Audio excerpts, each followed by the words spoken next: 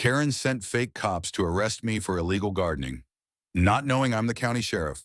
My name is Sheriff Elijah Maddox. I wear the badge of Laurel County, Tennessee, and I grow heirloom tomatoes in my backyard because I believe a man should still get his hands in the dirt. After 30 years in law enforcement, I've come to value quiet over confrontation. That's why my wife and I bought our land at the edge of a slow-growing development called Meadowbend Glen, one of those modern HOAs that advertise quiet luxury living, but really mean we tell you what color your shutters can be. We live just outside their jurisdiction line. Just outside. Close enough to hear the lawn blower complaints and clipboard chatter.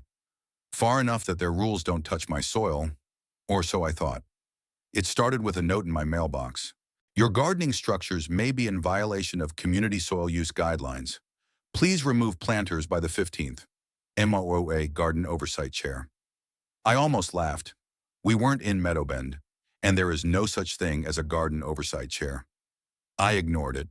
A week later, I came home to find yellow caution tape wrapped around my bean trellis. A laminated sign hung from a wooden stake, unauthorized cultivation zone, subject to review by patrol. That's when I met Karen Winters. She walked up like she owned the place. "Afternoon," she said, smiling with her teeth, not her eyes. "You've got quite a little operation going here." "It's called a garden," I replied. "Well, I'm afraid it violates the visibility rules for structures over 30 inches and unapproved irrigation systems." "We're not in your HOA. That's up for interpretation," she said. "Your yard touches the zone. That makes it visible compliance territory." Visible compliance territory. I should have cuffed her right there for impersonating sanity. Then it escalated. One Thursday afternoon, while I was pruning my cucumbers, a black SUV pulled into my driveway. 3 men stepped out, tactical-style uniforms, badges I didn't recognize. One barked, "Step away from the planting area. You are in violation of Municipal Code 812F, unauthorized urban agriculture." I straightened. "You boys from the State Neighborhood Patrol? Deputized by the Meadowbend HOA Executive Council?" That's when I saw it. Their patches weren't government-issued. They were custom-stitched, misspelled enforcement. I looked at the closest one.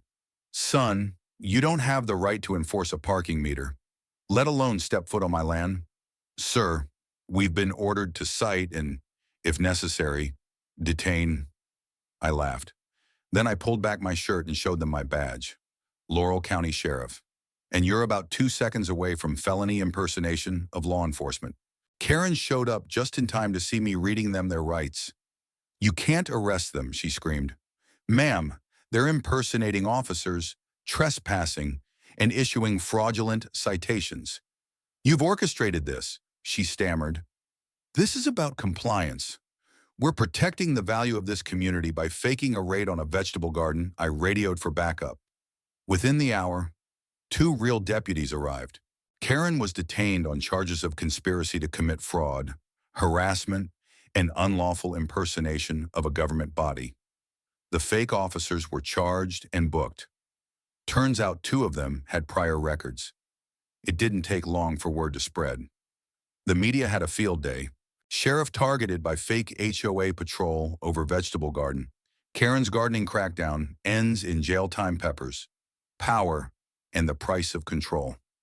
The footage of me calmly harvesting lettuce while handcuffing one of the fake enforcers hit over 6 million views. Neighbors rallied.